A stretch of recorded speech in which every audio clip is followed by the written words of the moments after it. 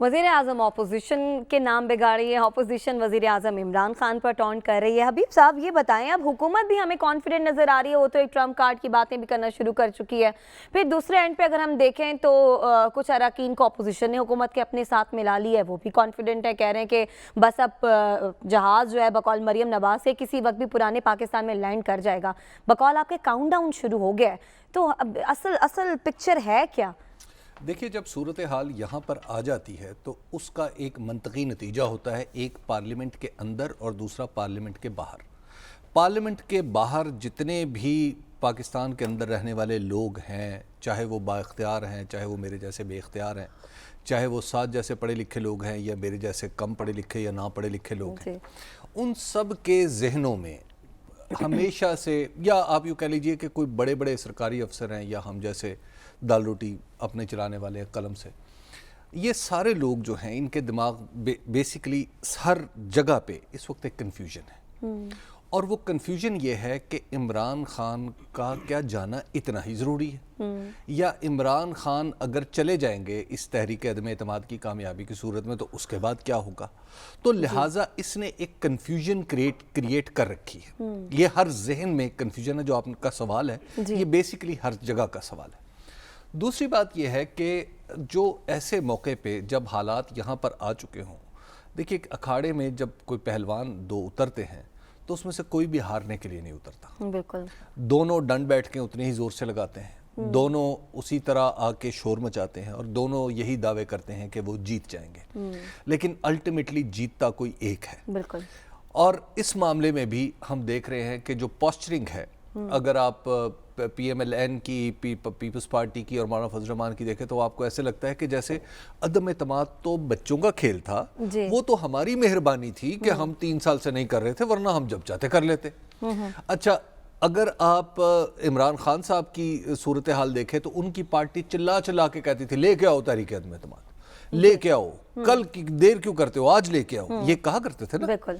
अच्छा, तो आज वो तहरीक अदम एतमाद आ गई है। हाँ। तो खान साहब अब कह रहे हैं कि मेरे पास मैं तो इस इंतजार में था, थैंक यू वेरी मच, आप लेके आए, मैं आपको अब एक ट्रम्प कार्ड मेरे पास ऐसा है जो मैं निकालूंगा तो सब आपके ताश के पत्तों के घर जो है वो बिखर जाएगा।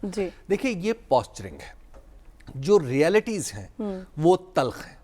रियलिटीज़ इमरान खान साहब के लिए भी तल्ख हैं, रियलिटीज़ अपोजिशन के लिए भी तल्ख हैं। हबीब साहब, अगर हम रियलिटीज़ पर प्रोग्राम में आगे चलकर बात करें और आप कह रहे हैं कि हम सभी के एंड पे कन्फ्यूजन है, अपनी अपनी जगह हर कोई कंफ्यूज है कि आने वाले वक्त में अब होने वाला क्या है, कौन किसकी पोजीशन एक्चुअल मजबूत है या नहीं, इस पर हम बात करते हैं। हमारे साथ सीनियर जर्नलिस्ट और एंकर पर्सन महर बुखारी साहिबा हमारे साथ मौजूद हैं। महर, आप बताइएगा, आप भी कन्फ्यूज हैं या आपको लग रहा है कि वाकई में इमरान खान साहब के पास ऐसा कोई ट्रम्प कार्ड है जिसे वो अपोजिशन को कह रहे हैं कि वो जब शो करेंगे तो अपोजिशन को सरप्राइज मिलेगा, और वो क्या हो सकता है?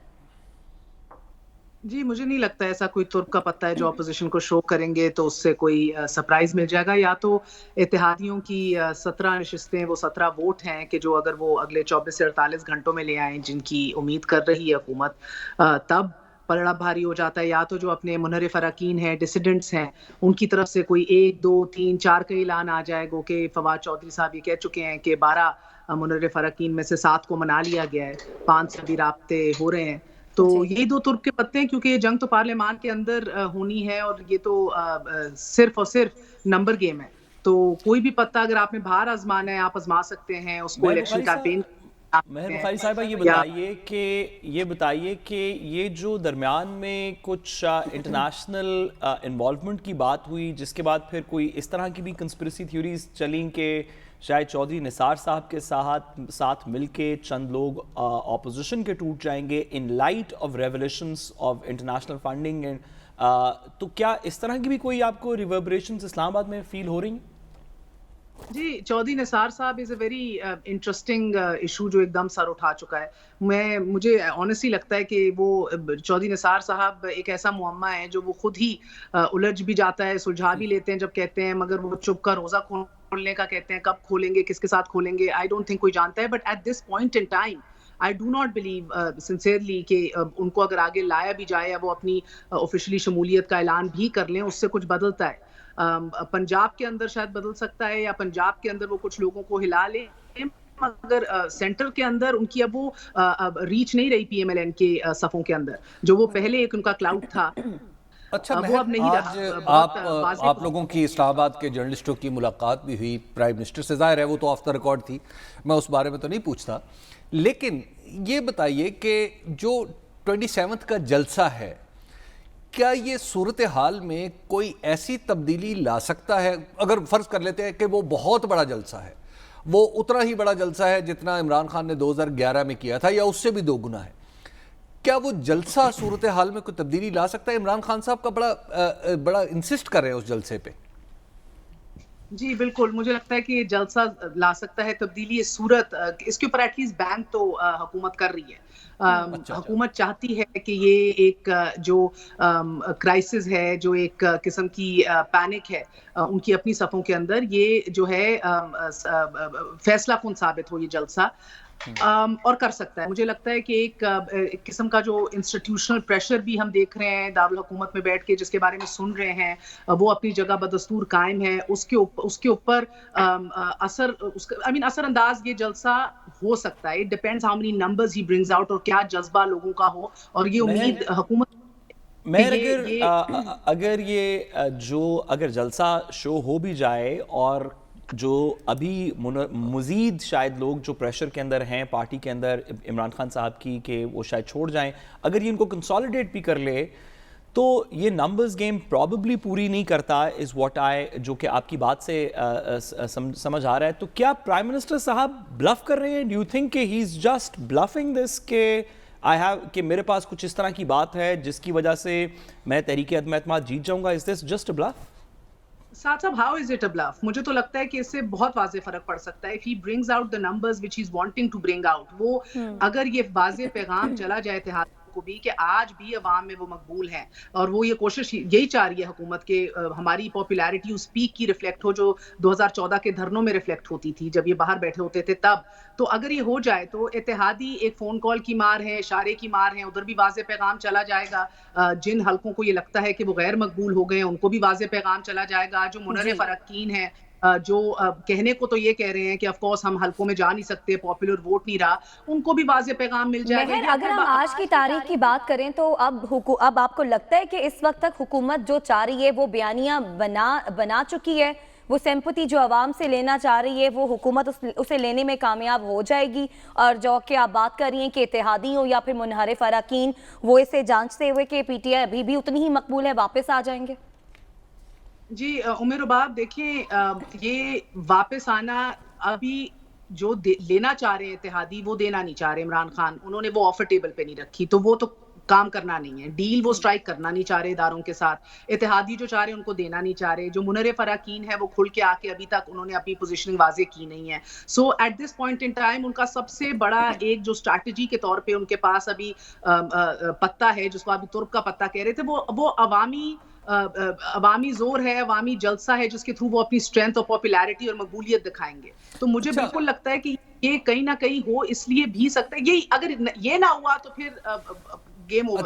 اچھا مہر اور سعد, میں آپ دونوں سے ایک ہی سوال ہے, پہلے مہر اس کا جواب دے پھر سعد دے.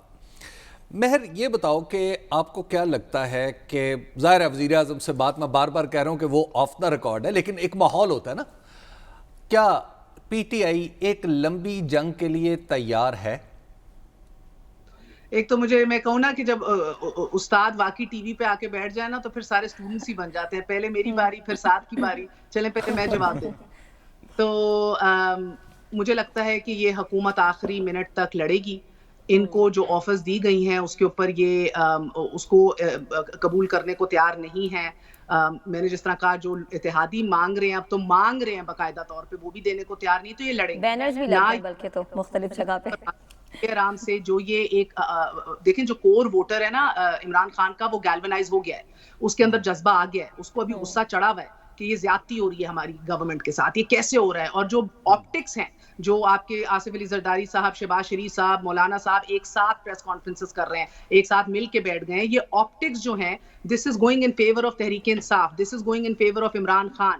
تو ان کا ایک جو نیریٹو ہے ایبسولوٹلی ناٹ کا بھی, جب اپوزیشن لیڈرز ٹی وی پر آ کر کہتے ہیں آپ نے امریکہ کو کیسے کہہ دیا ایبسولوٹلی ناٹ, تو ایک عام Pakistani who is not interested diplomacy, जिसको नहीं दिलचस्पी आपकी फॉरेन पॉलिसी की निटी ग्रिटी से, वो कहता है भाई, छाती पे हाथ मार के कहता है कि भाई हमारा ये तो जबरदस्त स्टांस लिया है, पहली दफा गैरत जागी है हमारे किसी लीडर के अंदर, तो इन चीजों को इस्तेमाल किया जाएगा. देखिए हमारी सियासत के अंदर मजहब का इस्तेमाल, हमारी सियासत के अंदर नेशनलिज्म का इस्तेमाल बहुत करामत साबित होता है, हमेशा से हुआ है. और इन दोनों चीजों को एज अ पॉलिटिकल टूल आज इमरान खान साहब इस्तेमाल करने की पोजीशन में, और इसके अंदर आप विक्टिमाइजेशन भी ऐड कर लें, सियासी शहीद भी उनको बना लें, तो वो भी ऐड हो जाते हैं. अब देखिए इमरान खान साहब, आप एक मिनट के लिए तसव्वुर करें कि वो सड़कों पे बाहर आते हैं, वो क्या कहेंगे लोगों को कि यार इनका तो नारा था वोट को इज्जत दो, इनका तो नारा था कि हुकूमतें अपनी टेन्योर पूरी करें, इनका तो नारा था कि हॉर्स ट्रेडिंग नहीं होनी चाहिए, इनका तो नारा था कि फ्लोर क्रॉसिंग नहीं होनी चाहिए, इनका तो नारा था कि लोटेबाजी नहीं होनी चाहिए. तो इन सारे नारों से तो वो हट गए. मैं एक अपनी जगह पे कायम खड़ा रहा. I mean this is no rocket science. आप और मैं सारे रोज बैठ के हम तो अब बता सकते हैं. आप क्या कहते हैं साद? मेहर ने तो बता दिया कि लंबी लड़ाई चलेगी.